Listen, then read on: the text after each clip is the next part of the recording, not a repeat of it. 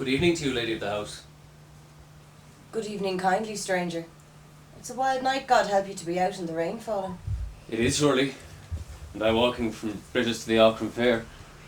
I was thinking maybe if you'd a sup of new milk or a quiet, decent corner where a man could sleep. Lord have mercy on us all. Is it departed he is? It is, stranger. He's after dying on me, God forgive him. There I am now with 100 sheep beyond in the hill and no turf drawn for the winter. It's a queer look is on him for a man that's dead.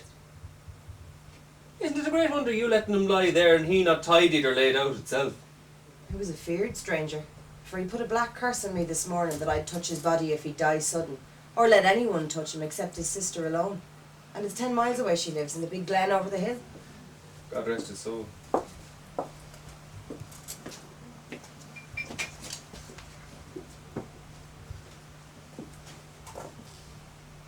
Thank you kindly, lady of the house.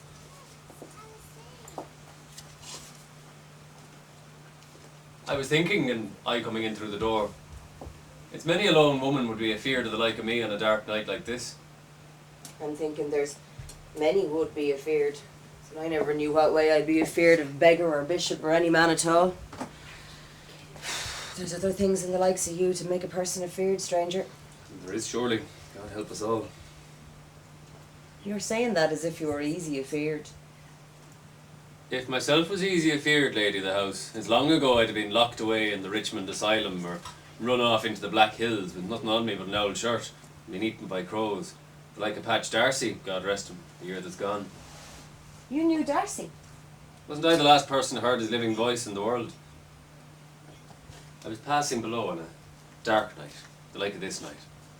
I heard a thing talking. Queer talk. You wouldn't believe it at all, and you out of your dream. So I run until I was below in Rathdrum. I got drunk that night. Drunk the next morning. And the day after. The third day they found Darcy. Then I knew it was him I was after hearing, and I wasn't afeard anymore. God spare Darcy. He'd always look in here if he was passing up or passing down. But it's very lonesome I was after him for a long while.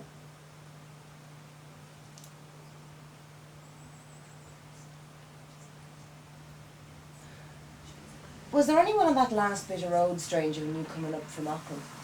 There was a young man with a drift of mountain yos, and he running this way and that after them. Maybe if you're not afraid, you'd stay alone for a while with himself, for I'm wanting that young man. The way he can go down into the glen when the sun's up and tell them, the people, that himself is dead. It's myself will go for him, lady of the house. You wouldn't find your way, stranger, for there's a small path only. Let you be making yourself easy and saying a prayer for his soul, and it's not long I'll be coming again.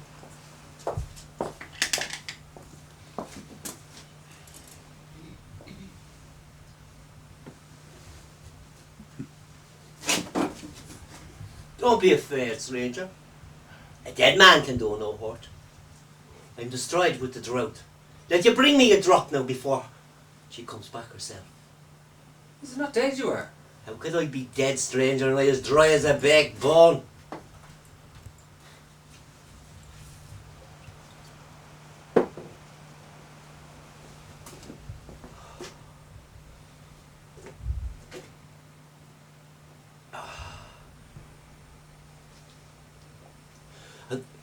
Let you fetch me a black stick from the corner of that west wall. It's a long time I'm keeping this stick, for I've a bad wife in the house.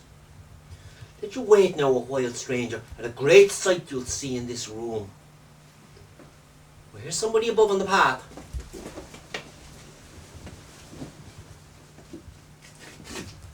Stranger! Whisht, be quiet, I'm telling you. They're coming at the door. I wasn't long, stranger, for I met him on the path. Go look on himself, Michael Darrell, and you'll see it's the truth, I'm telling you. I would not, Nora. I'd be afeard of the dead. I'm thinking it's a poor herd that's be running this way and that after a little handful of yos, the way I seen yourself this day and you coming from the fair, young fella. Let you not mind him, Michael Darrell. He's a drop taken, and it's not long till he'll be falling asleep. It's no lies telling, Nora. I was destroyed, surely. Mountain Yos is a queer breed. I mean, not used to them at all. There's no one can drive a mountain yo except the men was reared in the Glenmalure. Men the like of Patch Darcy, God spare his soul. You see the man went queer in his head this year that's gone. It is surely. That was a great man, young fella. A great man. I'm telling you, it's the truth I'm saying. I heard tell this morning, Nora Burke, that Patch Darcy wouldn't pass by this door, morning or evening, without speaking with yourself. It's no lie you heard, Michael Dara. See, it's a power of men here afternoon, living in a lonesome place in itself. It's in a lonesome place, you do have to be talking to somebody. But it's a hard woman I am to please, Michael Dara. And it's no lie I'm telling you. Was it a hard woman you were to please when you took himself for your man? What way would I live, and I an old woman, if I didn't marry a man with a bit of a farm, with cows in it and a few sheep in the back hills? Maybe it's no fool you are, Nora Burke, because it's good grazing in it, if it's a lonesome place in itself. And I'm thinking it's a good sum he's left you.